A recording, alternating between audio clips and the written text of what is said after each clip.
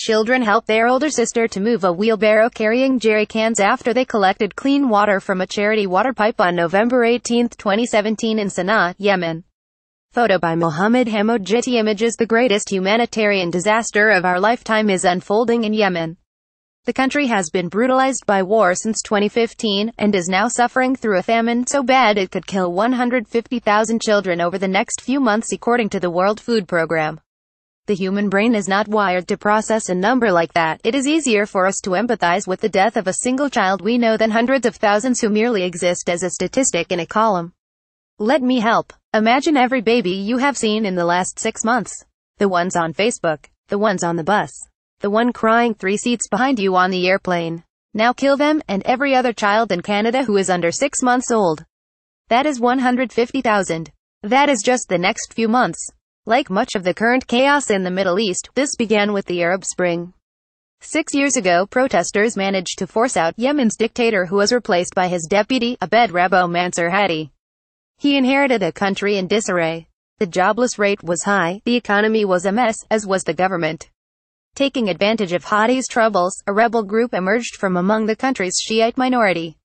They seized the northern part of the country and gradually marched south, taking the largest city of Sana'a, while Hadi escaped to Aden in the far south. Yemen is mostly desert, and before the war water was already scarce. In fact, the amount of available water per capita is less than 2% of the global average. Canada is 1,300%. The water table has been dropping, and the conflict has exacerbated that to the point that now half of the population is struggling to access drinkable water. More than 20 million people are in dire need of humanitarian assistance, according to the United Nations.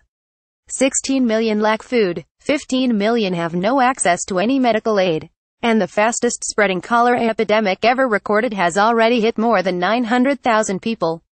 This is how you get to 150,000 children dying in the space of a month. Canadian ally Saudi Arabia bears much of the responsibility. In an effort to support their Sunni allies, the Hadi government, it has been launching thousands of airstrikes across Yemen for 2 years now. According to analysis by a coalition of international NGOs, over a third of these destroyed civilian targets, including most of the hospitals in the country. Related: why Canada should boost its economic ties to Saudi Arabia. Worse, though, Saudi Arabia has enforced a blockade of the country, and last week shut down the last open ports. Even before the war, Yemen had to import 90% of its food, and most of that came by sea. Ostensibly, Riyadh took this move to prevent the rebels from being reinforced by sea. In reality, it is using famine as a weapon. Canada is not a bystander in this war, in ways both good and bad.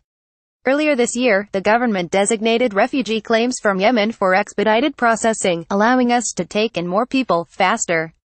At the most recent United Nations Human Rights Council, Canada co-sponsored a resolution for an international commission of inquiry to investigate the attacks on civilians.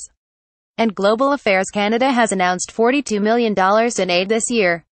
And yet, when the new Liberal government came to power, one of the first things it did was approve the export of $15 billion in light armored vehicles labs to Saudi Arabia. Not surprisingly, and contrary to promises this would never happen, those vehicles have been spotted being used against civilians. We also are sending rifles. Last year we shipped $11 million worth. So far this year, that number has jumped by 67%, according to reporting by iPolitics. In fact, Canada is now the second largest arms supplier to the Middle East. Nothing is black or white in foreign affairs. No one is always the good guy, or clearly the villain. Nonetheless, it is rare for a country to play all sides as boldly as Canada is in Yemen. We are both arming the antagonists in a horrifying civil war, and offering aid to the victims. Earlier this year, Stephen O'Brien, the UN Under-Secretary General for Humanitarian Affairs, told the Security Council that Yemen was the worst humanitarian crisis since the Second World War. And that was before the famine. Surely, if there was ever a moment when Canada could safely pick sides, this would be it. Our government could, at the very least, start by strengthening Bill C-47, which proposes to tighten up controls over Canada's arms exports and bring us into compliance with our obligations under the UN's Arms Trade Treaty.